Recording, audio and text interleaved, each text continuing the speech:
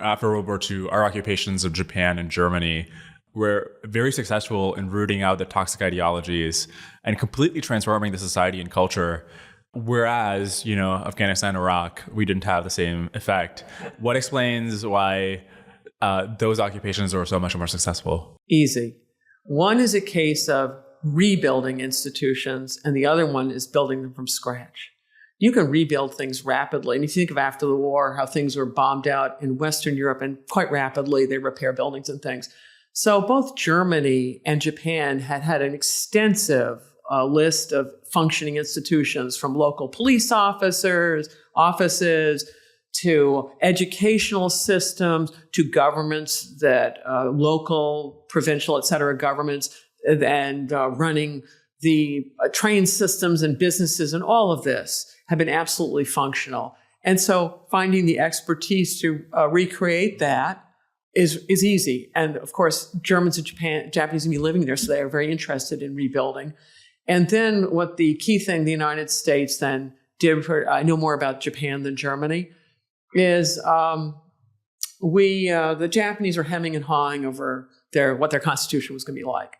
And so MacArthur finally got fed up. And in 1 week, he got his staff to write this constitution. And they're running around Tokyo, going to bombed out libraries or whatever, trying to find examples of Western constitutions so they can pull it all together. Because long before there's an internet where you can figure these things out.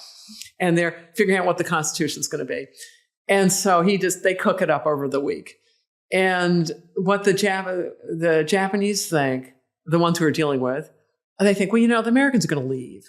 And so we'll go along with this constitution. But once the Americans are out, we're going to do whatever. And what Prime Minister Yoshida, he was the first post-war prime minister, he said, well, we thought we could change it back. But he realized because of the vote, universal suffrage, allowing women to vote, and there had been a certain amount of land reform, he said there was no going back. It permanently changed the balance of power in Japan. Another feature is the Imperial Japanese Army had so disgraced itself.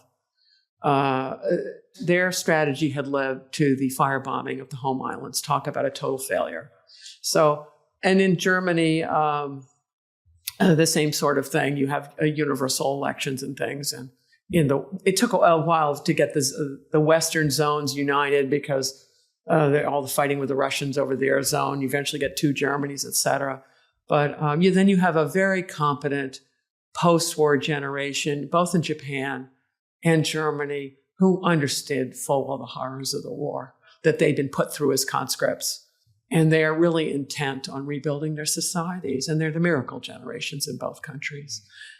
There's no parallel for that in Afghanistan and Iraq, right? They've never been developed countries. Germany and Japan were developed countries.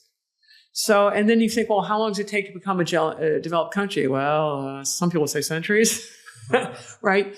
And then there's a whole other piece, which is the Germans and the Japanese had a real sense of nation, right? Nationalism. So you don't have to worry about nation building because they have a sense of national identity. You do worry about state building. So we were helping with state rebuilding. Well, in Afghanistan and Iraq, there's no sense of a nation. They have these, I'm no expert on these parts of the world, but my understanding is you have these very different ethnic groups, many of whom want to kill each other, right? You just got a civil war going on there. I'm talking about a death ground kind of civil war where one's in power and just ruins the others, and the other gets in power, they ruin the other people. And that's what's going on in Afghanistan and Iraq. In addition, because they're internal locations, right? They're in the middle of continents, and they're surrounded by a variety of neighbors.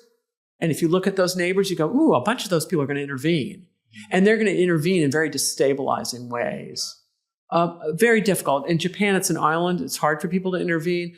Germany, we put a lot of money into it with having troops and of getting the German army and other things up and running. And this will be Ukraine's future, where they will they already apparently do have the finest army in Europe. And then they're going to make it very highly defensible before it's all over. And Europeans as a group understand that it is absolutely in their interest to have an impregnable border around Ukraine. It protects them all. And Europe doesn't threaten Russia. They would love it if Russia would join the party. Join the rules-based order. You'll make money. You'll do well. Except the oligarchs in question, this real minority of people who run Russia and Putin, they personally won't do as well. Well, now they're war criminals, so they're out of luck.